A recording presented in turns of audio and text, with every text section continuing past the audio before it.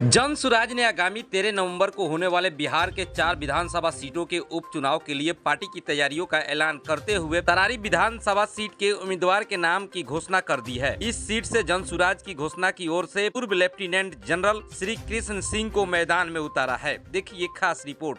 तरारी की पहचान क्या है? बालू माफिया, भूमि माफिया, वो जातीय हिंसा का केंद्र रहा है। उसी तरारी के गांव से, करत से निकले हुए हमारे इसके सिंह साहब भी हैं। वो भी बिहार के लाल हैं और ये जनसुराज की पहचान है और ये बिहार की पहचान बने, ये उसका अभियान है। अब हम भविष्य बीजेपी का अंधकार में देख रहे हैं। बिहार में बीजेपी का भविष्य अंधकारमय है। देखिए तरारी से, देखिए क्यों अंधकारमय है। साहब आर्मी में रहे, ऐसा तो है नहीं कि जनसुराज तो बहुत छोटा प्रयास 2 साल से हम लोग शुरू किए हैं। भाजपा जैसे दलों के पास, राजद के पास, सुशासन की बात करने वाले जदयू के पास ये मौका था कि करड़ के इस लाल को आगे बढ़ाते, वहां से चुनाव लड़ाते, लेकिन भाजपा किसको चुना है? किसको चुना है भाजपा भाई? किसका नाम बताइए जरा जोर से। नाम अनाउंसमेंट नहीं हुआ है? नहीं, आप लोगों को मालूम है कौन लड़ेगा चुनाव? तो जैसा जैसा चुना है वैसा भरेगा। तो आप ऐसा है, अब हम भाजपा का हम थोड़े टिकट जारी करते हैं भाई। वहां से कौन लड़ता रहा है वो आपको मालूम है। उन लोगों को देख लीजिए और जनसुराज जिसको लड़ा रहा है उसको देख लीजिए। जीत हाथ छोड़िए। जनसुराज जिसको तरारी से लड़ा रहा है और भाजपा जिसको लड़ा रही है, लड़ाने की चर्चा कर रही है, दोनों का भविष्य, दोनों में जो अंतर है वही जनसुराज के उजाले और भाजपा के अंधियारे में फर्क है।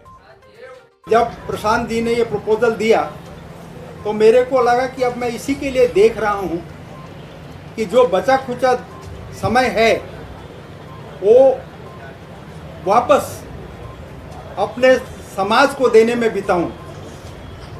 तो जब मैंने अपने गांव से पूछा तो गांव में बहुत उत्साहित हुए लोग, सब लेडीज वगैरह, पूरा घर भर गया। सबका यही था कि बबुआ तू जा, हमनी के लाइफ अच्छा करो। ये जो है ये दिल को छूने वाली बात है। एक हमारे कर्नल साहब थे राजेश सिंह, तो उन्होंने मेरे को फ़ोन किया कि सर हम आपके गांव गए थे और उससे पीरों में पूछ रहे थे कि करत गांव जाने का रास्ता कौन सा है। तो उस लड़के ने बोला अच्छा आप जनरल साहब के गांव जाना चाहते हैं? दिल्ली, नोएडा जहां मैं ये था वहां कोई नहीं जानता मेरे को, लेकिन यहाँ अभी भी मेरे को लोग उतनी प्यार और इज्जत से याद करते हैं। अभी मेरा समय है कि उस प्यार और इज्जत को वापस करूं। बच्चे मेरे सेटल हो गए हैं, वाइफ नहीं है, तो अब मैं अपना समय सेवा में उस समाज को देना चाहता हूं जिन्होंने मेरे को इस लायक बनाया।